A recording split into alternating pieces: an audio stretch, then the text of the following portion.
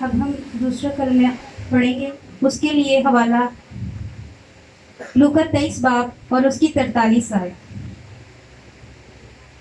کلام میں یوں لکھا ہے، اس نے اس سے کہا، میں تجھ سے سچ کہتا ہوں کہ آج ہی تو میرے ساتھ فردوس میں ہوگا. آمین.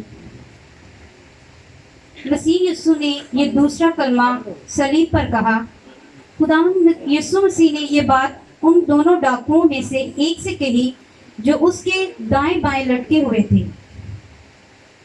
یسوع مسیح کو دو ڈاکوؤں کے درمیان مصلوب کیا گیا. یہ کلمہ نجات کا کلمہ ہے. یہ خداوند یسوع مسیح کے منہ سے نکلنے والا دوسرا کلمہ تھا. آئیں ہم اس بات پر غور کرتے ہیں کہ یسوع کو دو ڈاکوؤں کے درمیان میں کیوں مصلوب کیا گیا.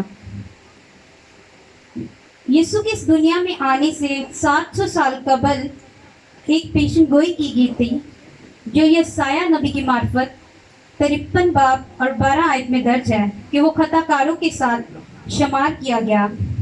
اور یسایہ 53:3 میں بھی یہ مرقوم ہے کہ وہ آدمیوں میں حقیر، مردود، مرد غمناک اور رنج کا آشنا تھا.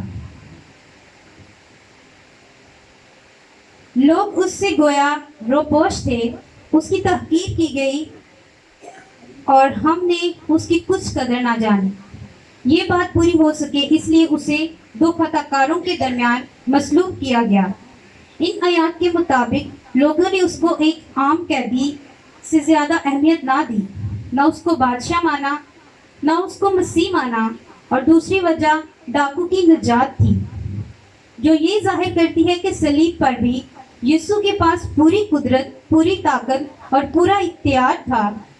حالات کوئی بھی ہوں لیکن یسوع ہمیں نجات دینے کی قدرت رکھتا ہے. دونوں ڈاکوؤں میں سے ایک ڈاکو تانا زنی کر رہا تھا لیکن دوسرے ڈاکو نے اسے جھڑکا اور روح القدس نے اس کی زندگی میں کام کیا اور اس کے اندر خدا کا خوف آیا. ڈاکو نے یسوع مسیح پر ایمان لا کر اپنی نجات کو حاصل کر لیا. جب روح القدس ہماری زندگی میں آتا ہے تو سب سے پہلے ہماری زندگی میں خدا کا خوف آتا ہے. پھر ہمارے گناہ ہم پر ظاہر ہوتے ہیں. پھر ہم یسوع کے پاس آتے ہیں اور معافی کی امید لے کر آتے ہیں. اس ڈاکو نے بھی نجات تب پائی جب اس نے اپنی کوشش کو ترک کر کے اپنی روح کو یسوع کے سپرد کر دیا.